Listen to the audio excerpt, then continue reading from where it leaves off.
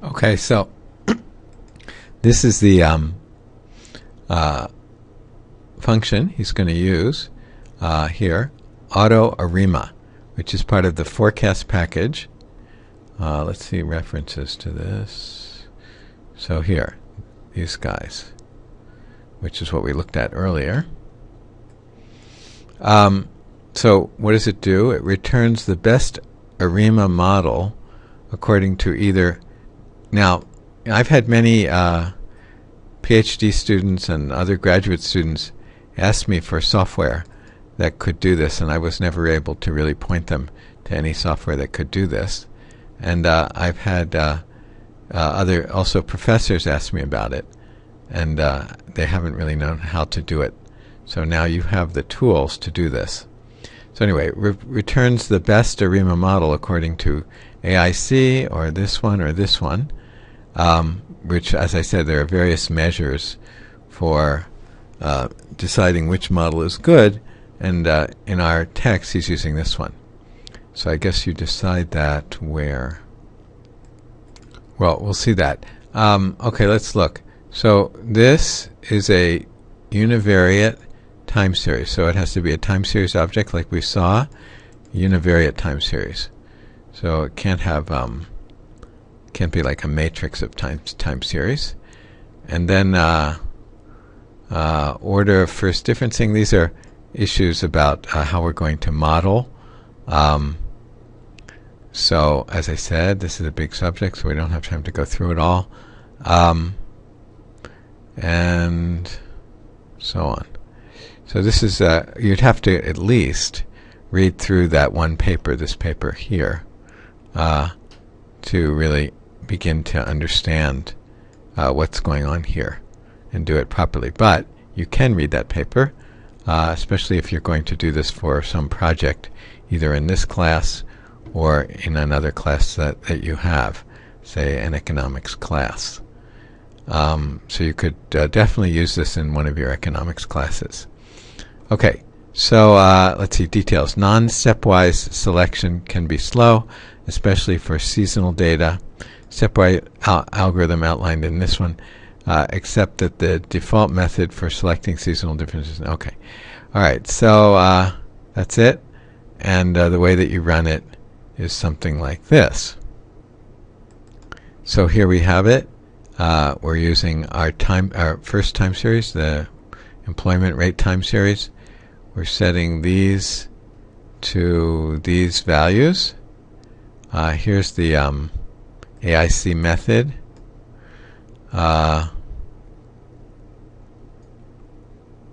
so on. Okay, so and we're going to run it. We're going to assign it to this. So this returns the best ARIMA model. So it returns a model. The output of this is a model. In other words, what's stored in here is our model. Okay? And then we're going to print a summary of the model. And let's try this out. Now I'm restarting from, I reopened R after shutting it down. I hope I have all the appropriate libraries loaded. I'm not sure if I do, but let's just see what happens here.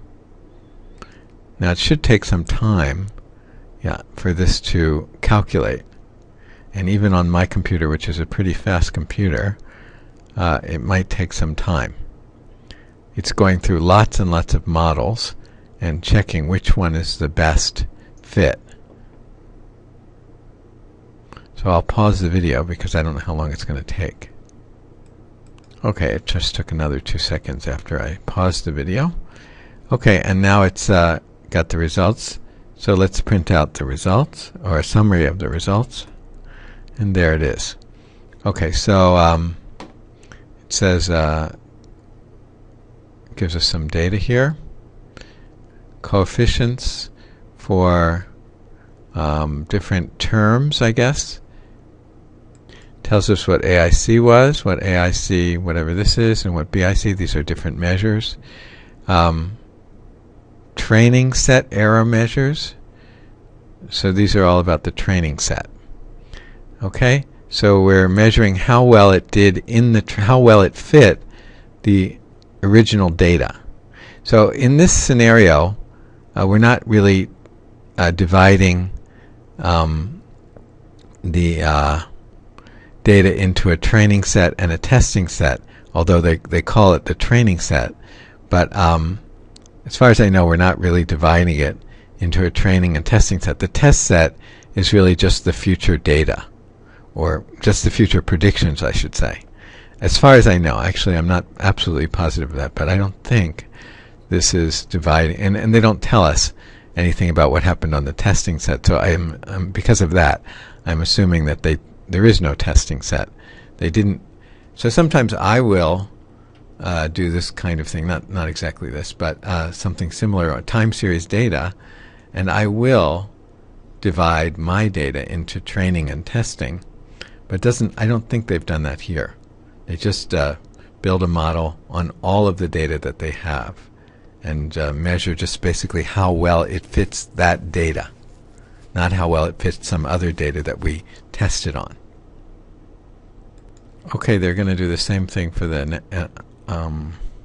this was what? For the employment rate. Oh, sorry. Now they're going to do the forecast. So now they're going to take the model that they got here, and they're going to put it in to another function that's part of our forecast package called forecast ARIMA. So let's check that out first, or let's check that out in the next video.